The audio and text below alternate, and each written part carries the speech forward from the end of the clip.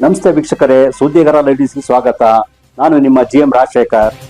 Coffee ನಾಡು ಚಿಕ್ಕಮಗಳೂರಿನಲ್ಲಿ ಪ್ರತಿ ವರ್ಷ ಮಾರ್ಚ್ 31ಕ್ಕೆ ಮಳೆಗಾಲ ಆರಂಭವಾಗುತ್ತದೆ. ಆದರೆ ಕಳೆದ ಬಾರಿಯಂತೆಯೇ ಈ ಬಾರಿಯೂ ಮಳೆಗಾಲ ಮುನ್ನವೇ ಮಳೆ ಎಂಟ್ರಿಯನ್ನು ಕೊಟ್ಟಿದ್ದು ಅಲ್ಲಲ್ಲಿ ಹಾನಿಯನ್ನು ಉಂಟು ಮಾಡುತ್ತಿದೆ. ಇನ್ನು ಮೂಡಿಗೆರೆ ಪಟ್ಟಣ ಸುತ್ತಮುತ್ತ ಭಾರೀ ಮಳೆಗಾಳಿ ಬೀಸಿದ್ದು ವಾಹನಗಳು ಸಂಚರಿಸಲು ಅರಸಾಹಸವನ್ನು ಪಡುವಂತಾಗಿದೆ. ಛತ್ರಿಯನ್ನು ಹಿಡಿದು ರಸ್ತೆಯಲ್ಲಿ ಓಡಾಡುವಂತಿಲ್ಲ.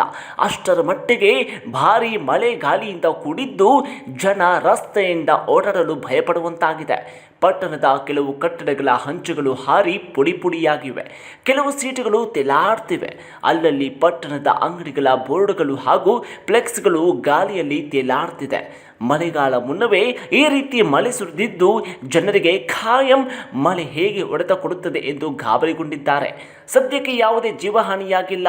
ಒಂದಿಷ್ಟು ಕಮರ್ಷಿಯಲ್ ಬಿಲ್ಡಿಂಗ್ಸ್ಗಳು ಹಂಚುಗಳು ಹಾಗೂ ಸೀಟುಗಳು ಹಾರಿ ಹೋಗಿದ್ದು ಜನರು ಹೊರಬರದಂತಾಗಿದೆ. ಆದರೆ ಒಟ್ಟಾರೆ ಮಲೆನಾಡು ಮೂಡಿಗೆರೆ ನಗರವೂ ಸೇರಿದಂತೆ ಸುತ್ತಮುತ್ತ ಮಳೆ ಆರ್ಭಟ ಹೆಚ್ಚಾಗಿದೆ.